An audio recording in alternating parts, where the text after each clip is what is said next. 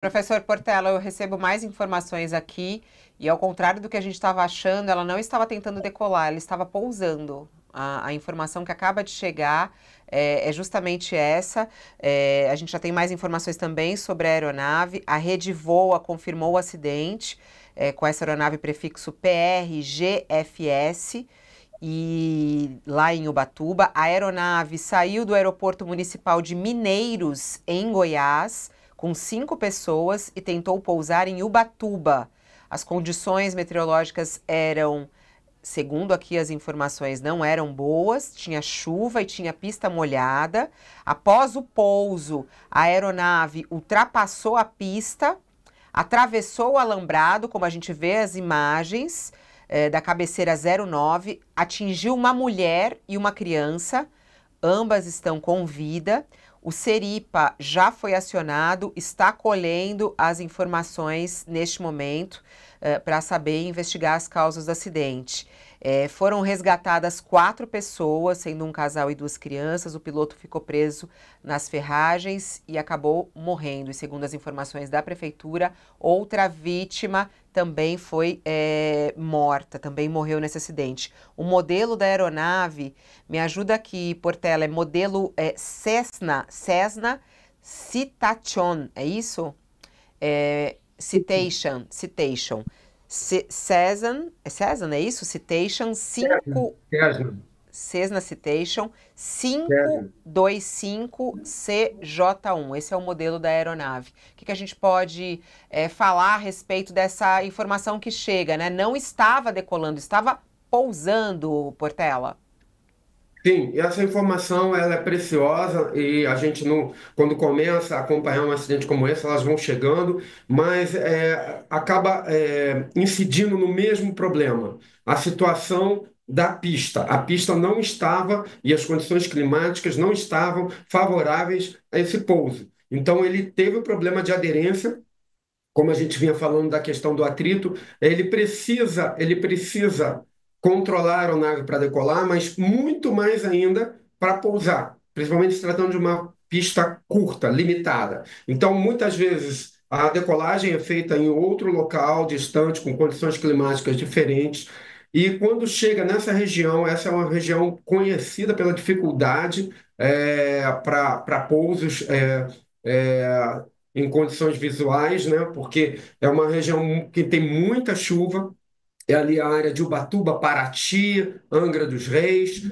Inclusive, a usina nuclear foi construída ali justamente porque é um dos lugares do Brasil que mais chove, onde você tem muita nebulosidade, muita umidade, muitas nuvens. Então, existem vários aeródromos ali na região e esse piloto chegou ali e tentou fazer o pouso. Ainda tinha bastante combustível, que a gente viu pela combustão, mas talvez não o suficiente para sair da região. E ele forçou o pouso numa pista molhada. Era o que ele tinha para fazer o pouso ali. E provavelmente não conseguiu reduzir a velocidade. O Cessna Citation depende do tipo, né? Mas no caso, essa aeronave, ela se for uma Citation, dependendo do tipo, pode ser até uma aeronave a jato, mas é preciso ter mais confirmação sobre essa informação porque parece não muito adequado pousar ali com uma aeronave e é um pouco de um porte um pouco maior. Então precisamos ter certeza desse tipo de aeronave.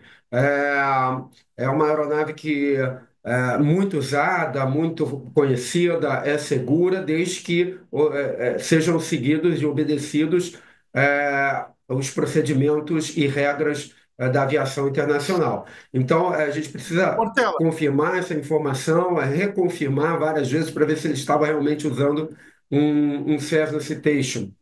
E para a aeronave parar, ela precisa perder energia. Então, essa energia ela é transferida por atrito ao solo e também os motores, se for um motor que tem a condição de fazer reversão, se for um jato, isso é possível, e a aeronave precisa ser freada. Se a pista está molhada, infelizmente, isso pode ser. extremamente difícil de ser feito. Nós já tivemos acidentes no Brasil, o maior acidente aéreo da história do Brasil aconteceu num grande aeroporto, que é Congonhas, né, relativamente falando, e a aeronave num dia de chuva, por falhas na pista que deviam estar fresadas, a pista tem frisos para poder reter a aeronave no final da cabeceira, e mesmo assim, estando molhada, uma falha no reverso da turbina de operação também, acabou passando da pista e caindo sobre a própria construção da própria empresa de aviação, aumentando o número de vítimas. Infelizmente, nesse caso, a aeronave também atingiu pessoas Ô, em solo. Portela, Então, Portela, é só uma Aquela, correção mas aqui de uma informação, só um pouquinho, Sakamoto, tem a Prefeitura de São Paulo, a Prefeitura de São Paulo, a Prefeitura de Ubatuba acaba de mandar mais uma informação, corrigindo, na verdade, a informação anterior, uma morte confirmada até agora desse acidente, que é realmente do piloto. Não temos ainda o nome do piloto, mas a morte dele confirmada, a Prefeitura de Ubatuba corrigiu a informação, inicialmente tinha falado de 2 mortes confirmadas, uma morte confirmada até agora, os demais foram socorridos com vida, mas não temos as informações sobre o estado de saúde dessas pessoas. Ô Portela, o senhor dizia aí sobre uma aeronave, você falou, é preciso essa confirmação, essa informação chegou, né? Talvez mude, mas a informação que nós temos é que a aeronave Fabiola, era essa mesma, pode Fabiola, falar. Fabiola, na verdade, as imagens que estão em tela já permitem dizer que é uma aeronave compatível com o modelo Citation, sim, Cessna Citation, tá? As turbinas podem ser vistas ali junto à fuselagem. Então, me parece que essa informação é verdadeira. Observe o outro ângulo que aparece. ô, Gerardo, então, só fazer uma pergunta, aproveitando já que você está falando do Citation, que dá para ver as turbinas, as duas, né, com o avião de ponta cabeça, de cabeça para baixo aí na água. Então, é um jatinho. O que você É um jatinho. É um jatinho. daquele acidente? É um jatinho. Então, você já falou daquele acidente da TAM, né, que atingiu o próprio prédio da companhia. Antes dele, teve aquele acidente também em Congonhas com o Fokker 196, em que houve um problema também no pouso, né, relacionado ao reversor. Né, tivemos uns problemas da aeronave, claro, um acidente aéreo é a conjunção de vários fatores, vários problemas simultaneamente, mas houve um problema no reversor, o que dificultou, na verdade, a redução da velocidade. Claro, repetindo e considerando que acabou de acontecer um acidente e ainda vai ser investigado. Mas isso também pode ter contribuído, ou seja, uma falha no sistema de reversão, uma falha no grooving da pista.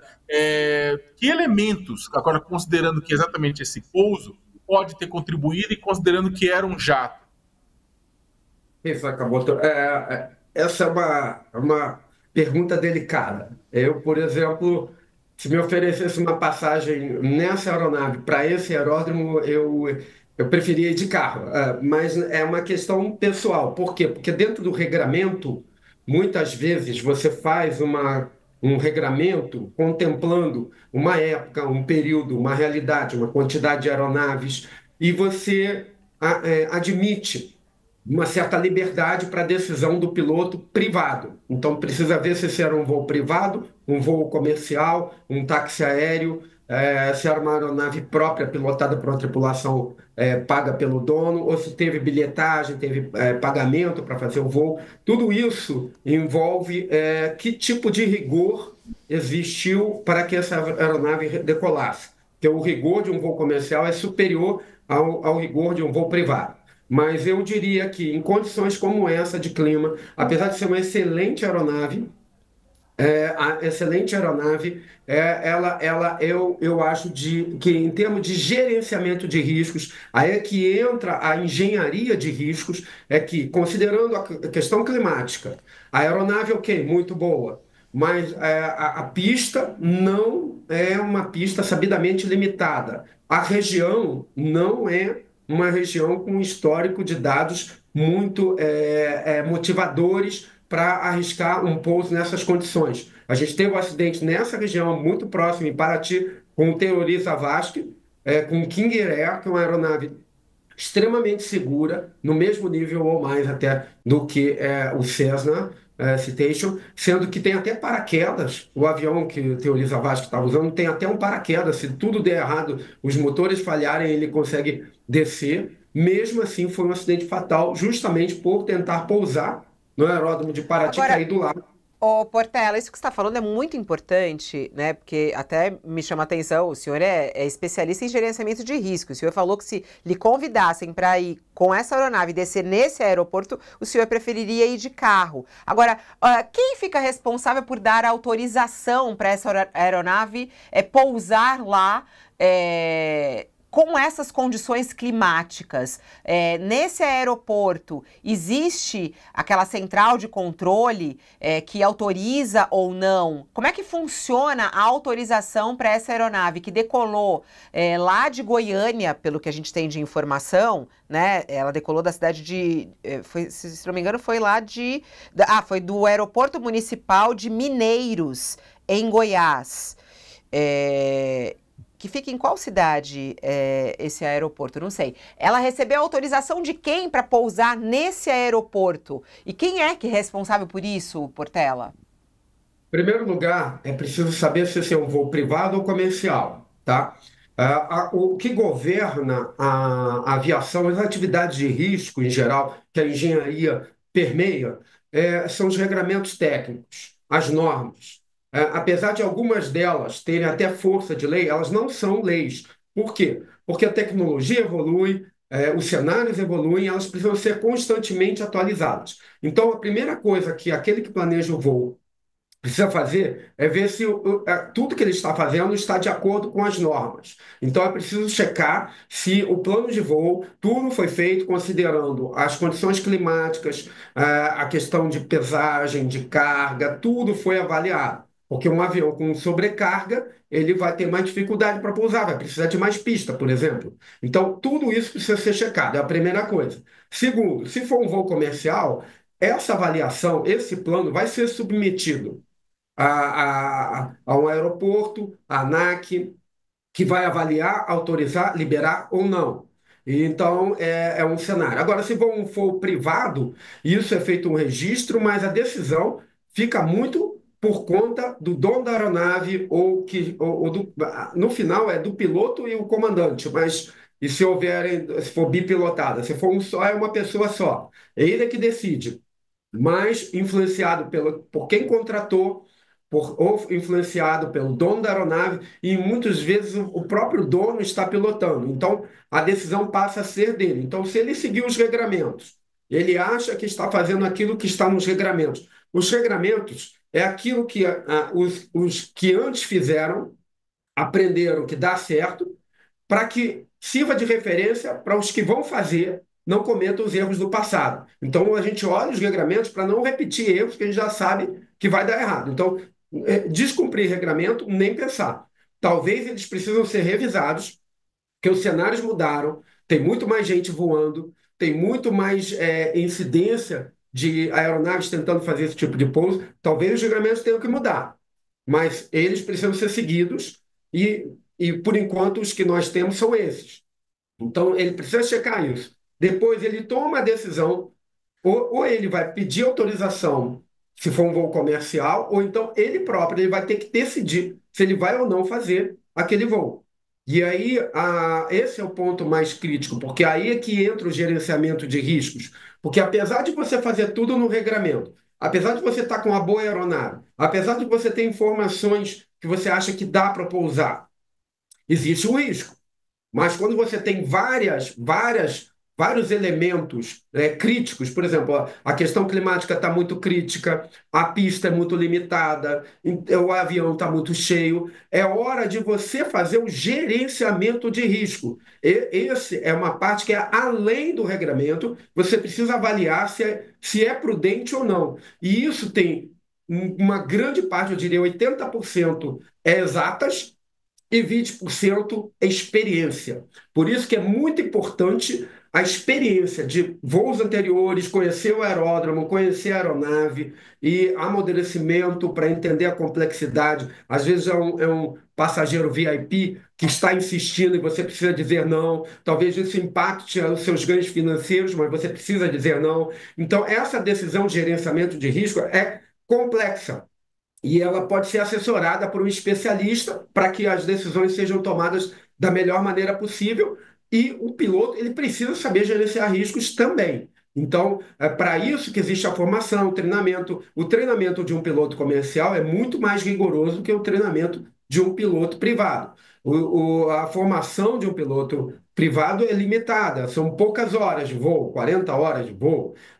Já um piloto comercial precisa de muito mais, precisa treinar 3 vezes ao ano, precisa fazer exame médico todo ano, já um piloto privado de 5 anos. Então, tudo muda. Precisamos saber que tipo de voo era esse, se ele era um voo comercial ou um voo privado. De qualquer forma, a gente entende que é um momento, sim, das autoridades revisitarem as normas vigentes, que estão permitindo esse tipo de operação aérea que está incidindo numa frequência muito alta de acidentes severos. Então, esse é o momento, sim, de repensarmos a respeito dos regulamentos que nós temos hoje. Nós tivemos vários acidentes, estamos tendo com uma frequência elevada e, às vezes, na mesma região. Como é o caso aí, nós tivemos em Paraty, Teoriza Vasque, e agora temos esse acidente com a aeronave segura.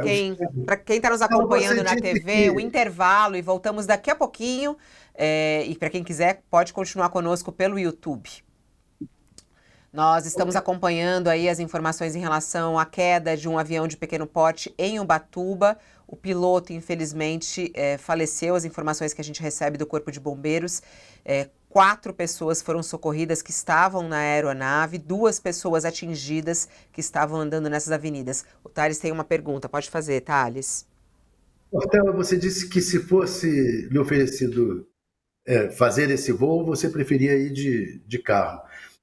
O que há nesse aeroporto de Ubatuba que deveria ser mudado? Na verdade, não é no aeródromo de Ubatuba. São vários aeródromos que nós temos no Brasil, que eles praticamente estão abertos. E eu diria a frase que eu uso muito em gerenciamento de risco é por sua conta e risco. Por quê? Porque você que tem que avaliar a aeronave, tem que avaliar as condições climáticas e julgar se aquele aeródromo está naquele dia com animais na pista ou não. Você vai saber quando chegar lá. Você tem poucas informações. Então, eu diria que esse não é um cenário adequado no século XXI. As coisas mudaram, tem muito mais gente com aeronave, tem muito mais gente voando. Existem aeronaves de várias categorias, algumas aeronaves elas são até experimentais, ou seja, não são nem homologadas, são modelos que você pode até comprar nos Estados Unidos, trazer para o Brasil e montar em casa. Não é o caso do César, por favor, né? Mas assim, estão voando ali no mesmo aeródromo. Podem voar por sua conta e risco. Só que essas aeronaves estão passando sobre cidades, fazendo aproximações, carregando passageiros que não têm consciência do que realmente está acontecendo naquele voo, porque não são obrigados. Pelo que eu estou entendendo que você está dizendo, esse aeroporto não devia nem existir, devia estar fechado. Não, eu diria que ele pode existir, mas Estamos ele de volta, quem precisa estava acompanhando a gente na TV, a gente só está retomando aqui, o Portela está falando, ele que é especialista em gerenciamento de risco, algo muito grave que a gente tem que olhar aqui no Brasil, né? Ele disse que esses aeródromos, eles funcionam no Brasil como por sua conta e risco. Não há um controle que traga uma segurança. Por isso, talvez, essa quantidade de acidentes. Que aí, né, acho que até emendando aí, o Thales perguntou, então esse aeroporto lá em Ubatuba não deveria nem existir nessa situação? Eu acho muito importante a gente trazer essa informação, Portela, para não deixar as pessoas apavoradas, né? Porque, quer dizer, não temos nenhum controle no Brasil, esses aeródromos, eles funcionam sem nenhum controle, sem nenhuma fiscalização. O número de acidentes envolvendo aeródromos no Brasil é muito maior do que em outros países. Falta mais segurança nessa área no nosso país, Portela? E Fabíola, a complementando a pergunta segurança. da Só Fabíola. deixa ele responder essa, Sakamoto, aí depois Não, você emenda. Deixa ele responder essa, só pra a gente não perder o foco. Vai lá, Portela. Muito importante. A segurança aeronáutica do Brasil é uma das melhores do mundo. Nós temos uma frequência de grandes acidentes, é, assim, considerando nossa extensão, a quantidade de voos, nós estamos bem em relação a isso. Voos comerciais. Agora, quanto aos aeródromos, eles devem existir. Eu sou gerenciador de risco para a gente voar. Não é para a gente não voar, é para o aeroporto funcionar. Só que o nosso trabalho é para viabilizar. E ele indica o que fazer para voar, para viabilizar. A nossa sugestão é que, em termos de análise de risco, é preciso robustecer a fiscalização para voos privados. Porque eles estão, esse particular campo da aviação é que está incomodando em termos de a gente ter aeródromos muito precários e aeronaves, às vezes até muito boas, como é o Cessna, e o Kingueré se acidentando, porque esses aeródromos eles são autorizados a pouso e decolagem. Aí também tem um erro do comandante, do piloto, porque ele tem a aeronave boa, ele tem o passageiro disposto a ir, mas ele não é obrigado a entender e analisar riscos, mas o comandante tem a obrigação. O piloto tem, ele aceitou esse desafio, como aconteceu lá no caso do Teori Zavascki, que o comandante da aeronave ele vendia metodologias paralelas fora dos padrões para pousar em Paraty sem teto. Isso é um absurdo. Então, existe esse mercado. Ele oferecia cursos com marcações de GPS de como pousar sem ver a pista em Paraty. Então, existe esse produto no mercado, entre aspas, que é eu pouso de qualquer jeito onde você quiser. Então, o comandante, o piloto, ele não faz isso porque quer. Ele é pressionado por toda uma situação que o induz a erro, porque o piloto não quer morrer. Então, ele também não quer se acidentar. O que acontece é que o cenário, as condições permitem que ele assuma esse risco, e ele é induzido a assumir esse risco, sendo que eu, no meu entendimento, descartaria esse risco de voar com uma aeronave como essa, a jato, para pousar num aeródromo precário. No meu entendimento, você pode ter uma quantidade enorme de pousos bem-sucedidos com essa aeronave, mas você vai depender muito da condição climática, do piloto e de uma série de fatores ali do aeródromo que estão com pouco controle das autoridades. As autoridades Ou seja, disponibilizam a aeronave, você faz a sua análise e vai se quiser. Então, essa frase que eu falei, por sua conta e risco, a gente apresenta assim, quando a gente mostra os cenários, faz uma análise de risco usando ferramentas internacionais e mostra, olha, esse risco está além do aceitável. Normalmente, as pessoas devem aceitar riscos nesse nível. Quando você começa a incidir vários fatores de risco numa mesma operação, você diz o seguinte: olha, tecnicamente, de acordo com as normas, você está autorizado a ir, mas eu não recomendo. Ah, mas eu quero ir. Então você vá por sua conta e risco, porque existe um risco elevado. Então é isso que eu quis dizer com essas palavras. Mas a aviação no Brasil, muito segura, muito segura. Eu vou com frequência e a aviação é segura no Brasil. Ó, nesse particular de Portela, voos privados e voos também de táxi aéreo fretados, é que devemos robustecer a fiscalização. Esse é o meu entendimento. Portela, mas só para fazer para esmiuçar a questão, né? A questão no caso é a seguinte, por exemplo, se você tivesse, a questão não é necessariamente, né? Pelo que você está explicando, a questão não é necessariamente o aeroporto. Se você for tentar pousar com um Boeing internacional no aeroporto de Congonhas, né? Com um avião gigante no aeroporto de Congonhas, não tem pista para isso lá, né? Não tem pista e não tem condições, né? E pousa em Guarulhos. Se você vai tentar pousar no aeroporto, no aeródromo de Ubatuba, com um Cessna 310, um 340, um bimotor, né, ele é mais próximo, você precisa de menos pista, né? Inclusive, né, você tem menos, não é um avião a jato, é um bimotor. Então estaria a cor. Ou seja, o que você está querendo colocar é o seguinte: para cada aeroporto, para cada tipo de pista e para cada condição climática, você tem um tipo de avião que pode aportar, que pode decolar ou que pode pousar. É isso, né? Com certeza. Você precisa fazer uma análise da melhor, né, se a sua aeronave é compatível com aquele aeródromo. Porque o Citation ele é uma excelente aeronave. E ela é uma aeronave extremamente segura. No entanto, no meu entendimento, esse aeródromo é muito limitado para um pouso em condições de chuva, em condições de mau tempo. Aqui no Rio, por exemplo, que é próximo, uma grande tempestade no momento, e, e você, tecnicamente, está liberado para voar para lá. Então, essa questão é que eu estou levantando, de que deveria ter, sim mesmo para voo privado, uma fiscalização maior. Só que a quantidade de voos privados é muito grande e a nossa infraestrutura da ANAC, ela tem limitações, como tudo tem. Agora, por exemplo, para voar, durante muitos anos, entre Rio e São Paulo, nós tínhamos um avião extremamente seguro de 4 motores chamado Electra. Um avião que teve pouquíssimos acidentes, já está praticamente descontinuado. Eu cheguei a voar no Electra, um avião que com 4 motores que se perder 3 ainda voa. E ele precisa de pouca pista. Então, durante anos e anos, nós voamos com Electra e não podíamos pousar com aeronaves maiores. Até que a Boeing desenvolveu um pacote para facilitar o pouso de suas aeronaves 737 em pistas menores. Esses pacotes, eles fazem parte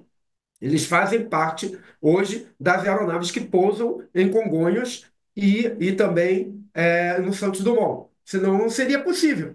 Não seria possível. Então é tecnologia, análise de risco para viabilizar a gente avançar. E hoje a gente tem aviões, né, de 737, 800, voando entre Rio e São Paulo com uma quantidade enorme. E a gente teve, sim, alguns acidentes, mas se tudo for seguido dentro das normas, a probabilidade de acontecer um acidente é muito pequena, porque está tudo de acordo com uma boa análise de risco e uma boa gestão de voo e uma fiscalização robusta. Agora, com relação aeródromos menores, a gente tem ali uma oportunidade de melhoria. Não é dizer, não vamos usar esse aeródromo. Não, nós temos que uma oportunidade de melhoria, porque o que nós queremos, a nossa intenção como engenheiros, como até mesmo como usuários, é que a gente tenha cada vez mais oportunidades de voar com segurança. Mas, como eu digo, né, para aqueles com quem eu trabalho na área de risco e segurança, o produto pode ser excelente, mas se não tiver segurança, não interessa. Então, avião, maravilhoso. Um piloto, excelente. Mas acontece que não tem segurança no cenário. Então, não interessa o produto. Então, Portela. até mesmo para quem vende, ele tem que agregar segurança. Senão, Ok. o produto dele não interessa. Portela, queria agradecer imensamente mais uma vez a sua gentileza de nos atender. Sempre quando acontece um acidente como esse, a gente sabe o quanto é difícil para alguém que trabalha como o senhor em gerenciamento de risco.